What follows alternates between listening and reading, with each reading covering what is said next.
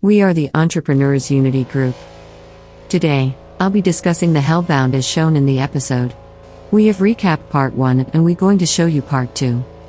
4 years have passed since Park's demonstration, and by the time the show begins, everyone has accepted the existence of rock monsters and the afterlife.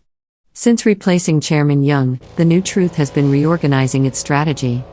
Pastor Kim is now in charge of the church.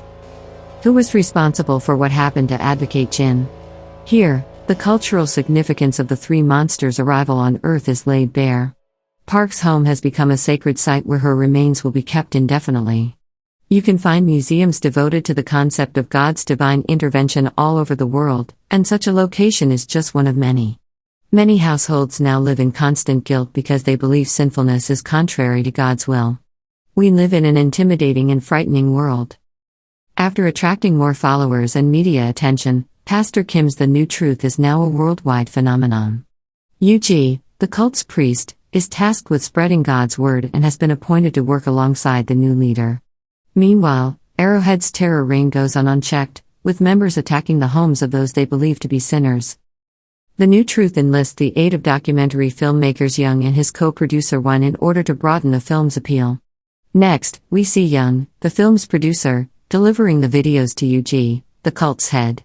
Yu-ji, on the other hand, believes that Young's group should re-edit the film to emphasize the fact that the sinners have no right to public sympathy. The producer, however, boldly criticizes The New Truth for propagating terror, comparing its culture of intimidation and condemnation to that of the fiery pits of hell. Co-producer Young is criticized by Won for daring to challenge the religious group and its doctrine, and the conversation quickly escalates. Today, Young's co-worker seems strange, and he wonders what it is. As a result of this confrontation, documentary producer Young had stayed late to recut the film.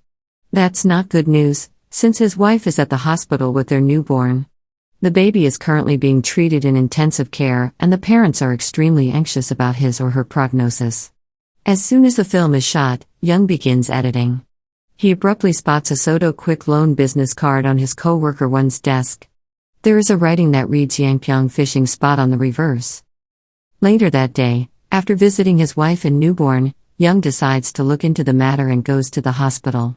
However, there is a detour to the hospital where his wife is filming their newborn child. The sight of the prophet angel giving a decree in front of the infant completely astounds her. A guardian angel visits the infant and gives him 3 days to survive. Young's wife looks up information regarding babies born into sin, but she finds nothing. Young's wife calls him on the way to the hospital to see if anything is disturbing him. Young reassures the wife that everything is fine after she reports that her husband has been acting strangely over the past few days. He does recall, though, finding a loan shark's business card on Won's desk. The card's reverse side listed an address at a fishing port. He decides to go see how his co-worker is doing, so he travels there. The Arrowhead thugs beside the lake have taken on the role of cops and have stopped him. After some while, the thugs let him go, believing that Young is plotting against them. Then, Young drives to the fishing spot, where she discovers Won's automobile waiting. A despondent Won can be found down near the water. The co-worker admits he will soon be going to hell because of the prophecy he received, and asks Young to pretend he did not discover him so that his family can be taken care of by the Soto firm. He doesn't want his loved ones to feel bad about themselves because of his sinful past. The Soto firm was also complicit, having agreed to cover up his murder and make it appear as though he had fled the country in order to avoid repaying massive debts. For those who would rather not die in front of others and spare their loved ones the stigma of being labeled as sinners, the company has been providing discreet assistance. A booming sound fills the entire lake within minutes of the pair's arrival.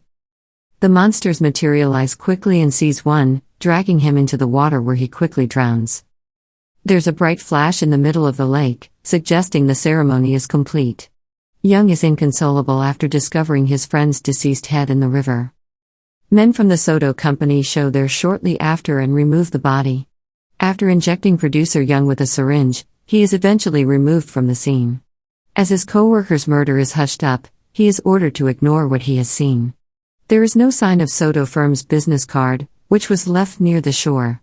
Advocate Jin, surprisingly, appears to be their leader after a brief absence. He now sports a shorter hairstyle and a more forthright demeanor. While the other detectives present come up empty, Priest Yuji spots that business card and snaps a photo of it in the morning. While everything is going on, Young comes to in the hospital, where he discovers his wife and the tragic news. She plays for him the video of the prophecy being spoken over their newborn. The woman weeps as she contemplates the evil her newborn may have done and feels guilty for having given birth to a sinner. She has done nothing wrong, Young assures her, and he will check into the matter. Yuji, meanwhile, pays a visit to the latest soul destined for the hereafter. Intriguingly, he discovers a second business card at the victim's house, this one for Soto laundry service, and decides to look into it. A bit of sleuthing on Young's part led him to identify the man he'd spoken with at the fishing place as Hyungjin, a professor at a nearby institution. At once, he exits the building and rushes to the professor's office.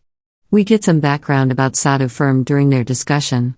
It's a covert group that wants its decrees to remain silent.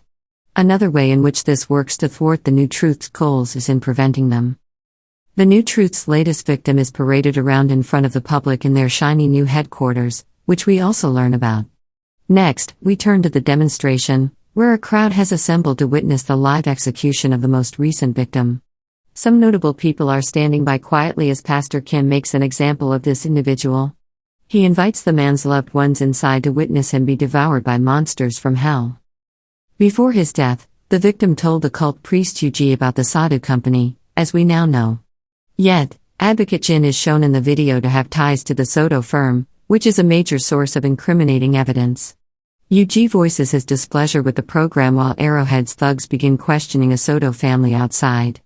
This whole demonstration over a petty sinner seems excessive to him, while he believes they should be doing more to reform the children of sinners. The professor and Youngji are seen driving while debating the implications of the New Truth decree being incorrect. They arrive at the Soto headquarters and are greeted by Jin. They sit down to talk about the corruption at New Truth. Jin insists that Young share his infant's edict with the world.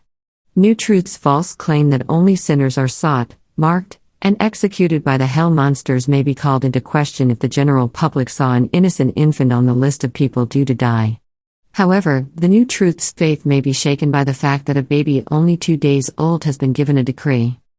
However, it is the professor who ultimately wins over Young. He reveals his painful past by talking about the day his daughter got a decree on the way to the beach with him. She was murdered in front of him, and he was given no prior notice. A terrifying tale leads to the producer's capitulation.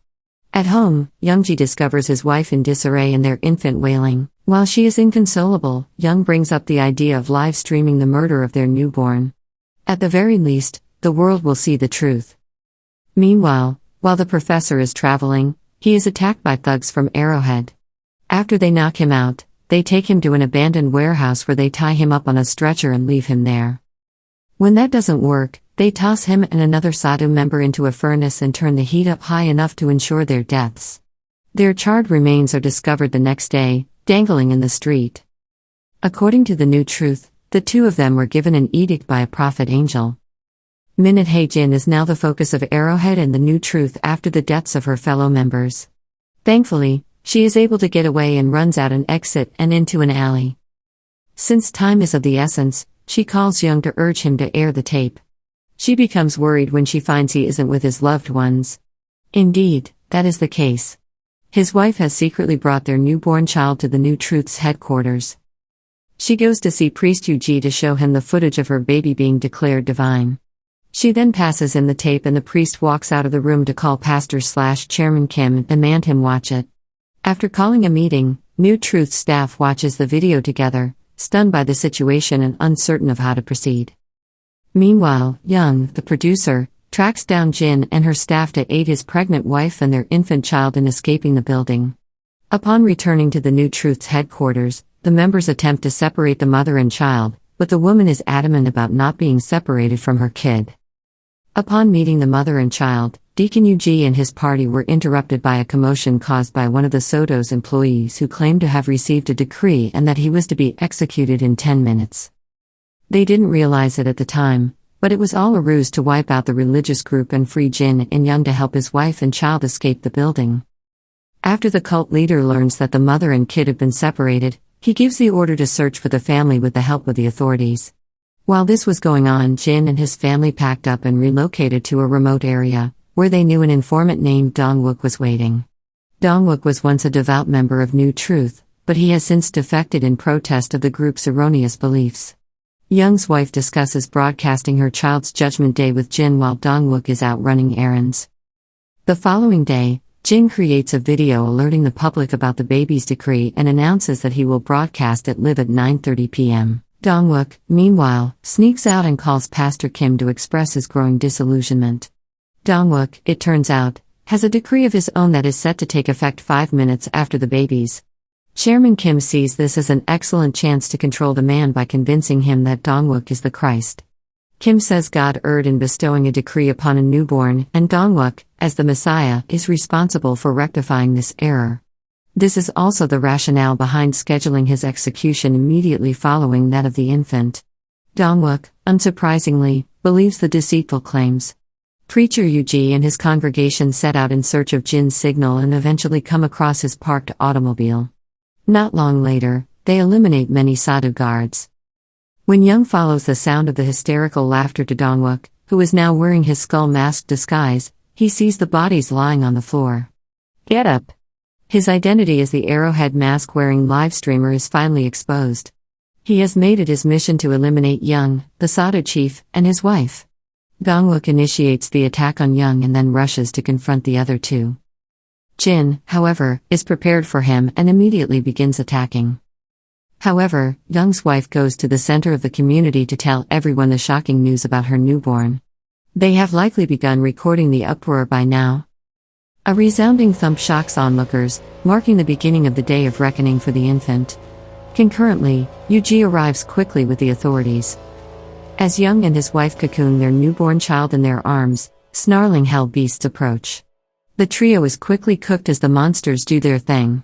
While the fire is raging, though, we can make out a muffled wail. The baby's survival comes as a shock. Dongwook notices and plans to kill the kid, but Jin attacks him with a weapon. As fate would have it, he eventually meets his end at the hands of the hell demons who are burning the couple to death. An elderly local calls Young and his family a bunch of liars when their video goes viral and questions the concepts of the new truth. Are portrayed as dishonest by a pensioner who questions their values. With everyone watching, Yuji loses his cool and brutally beats the old guy. The cop next to him immediately takes action and arrests Yuji because of this. In the final frame, a shocking truth is revealed. 4 years after her brutal death, Park's burned body begins to writhe and she is miraculously resurrected at her home. Turn on notifications, like, and comment if you enjoyed the video for more content like this. You're very kind, I appreciate it.